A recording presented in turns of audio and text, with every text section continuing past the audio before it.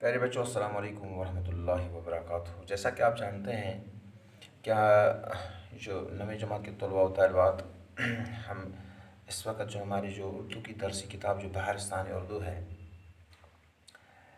इसका मैंने आपको बेशतर हिस्सा, हम समझे कि 99% हिस्सा मैंने आपको 100% में कह सकते हैं इसका कंप्लीट किया है। अब हम दोबारा इसका रिवीजन करते हैं, और आज रिवीजन में हमारा जो आज का जो टॉपिक है वह है माहौलियाती आलूदगी। तो डॉक्टर जबर कदूस साहब ने लिखा है, इसने हमें ये समझाने की कोशिश की है जो माहौल जो होता है वो किस तरीके से आलूदा होता है, और ये आलूदा माहौल एक इंसान के लिए कितना ख़तरनाक और मुज़र है। पहले हम माहौलियाती आलूदगी, जिसको आप अंग्रेज़ी में एनवायरनमेंटल पोल्यूशन के नाम से जानते हैं, माहौलियाती आलूदगी से क्या मुराद है? माहौलियाती आलूदगी से मुराद है गिरद पेश का जो माहौल है, जब वो गंदा हो जाता है, जब वो आलूदा हो जाता है, चाहे वो हवा हो, चाहे वो पानी हो, चाहे वो ज़मीन हो, हमारे इर्द गिर्द जो माहौल है, जब वो गंदा हो जाता है, जब वो आलूदा हो जाता है, तो उसको हम माहौलियाती आलूदगी से ताबीर करते हैं। क्योंकि अल्लाह ताला ने इस दुनिया में एक निज़ाम कायम किया है, जिस निज़ाम के तहत जो यहाँ पे भी जानदार जो हैं, इन जानदारों को ज़िंदा रहने के लिए साफ़ हवा की ज़रूरत है, साफ़ पानी की ज़रूरत है, साफ़ ग़िज़ा की ज़रूरत है। अगर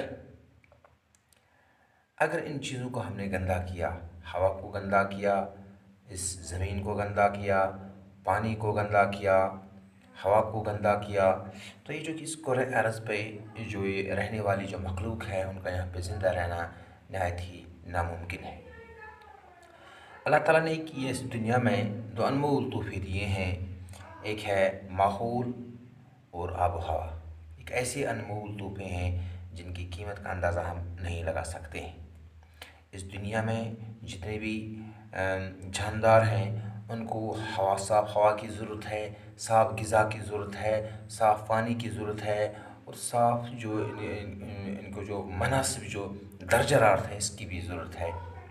अगर ये चीज़ें इनको आराम के साथ मैसर हैं, तो ये यहाँ पे ज़िंदा रह सकती हैं, यहाँ पे सर्वाइव कर सकते हैं। और अगर इनको ज़रा बरा भी इसमें हवा में गंदगी हो गई, पानी में गंदगी हो गई, किसी और चीज़ में गंदगी हो गई, ये चीज़ आप ज़हन में रखो, इस दुनिया पे जो कुर्रे अर्ज़ पे जितनी भी जानदार चीज़ें हैं वो बिल्कुल आहिस्ता आहिस्ता ख़त्म हो जाएंगी। और इस दुनिया में जब हम नज़र दौड़ाते हैं, हर तरफ सामान की भागदौड़ लगी हुई है, मादी तरक्की के पीछे इंसान पड़ा है, और कुदरती माहौल के साथ वो गैर ज़रूरी छेड़छाड़ करता है, जिससे हमारा माहौल गंदा हो जाता है।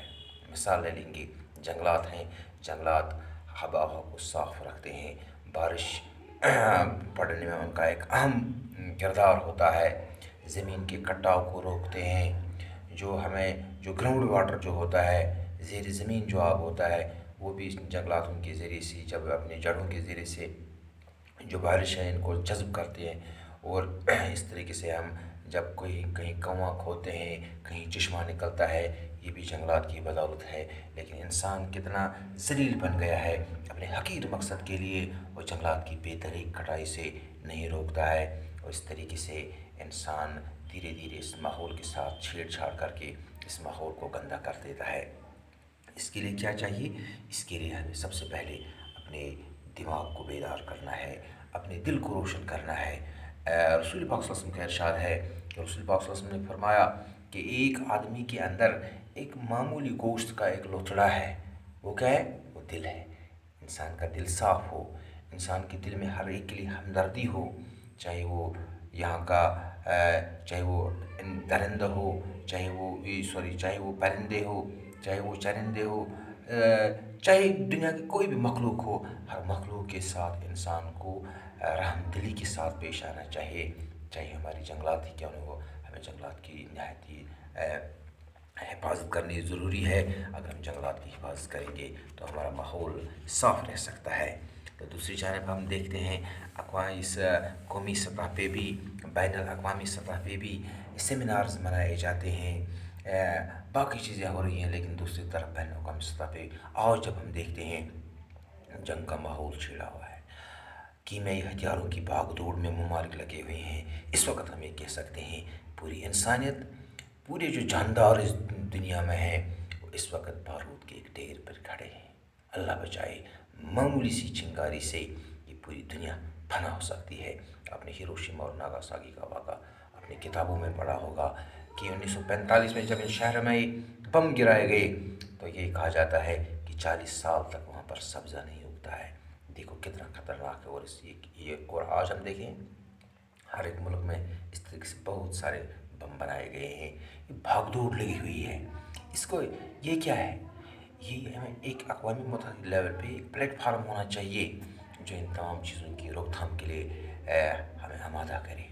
لوگوں کو ہم کیا کہیں، لوگوں کو ہم ماحولیاتی جو توازن ہے اس کو برقرار رکھنے کے لیے لوگوں میں ایک بیداری مہم جاری کرنی چاہیے، اور عالمی سیمینارز منائے جائے۔ اور اگر یہ چیز نہ ہوا تو جلدی وہ وقت ہوگا جب انسان تو کیا پوری دنیا کی جو جاندار ہے اس صفحہ ہستی سے ختم ہو جائے گی، یہاں پر کوئی زندہ نہیں رہے گا۔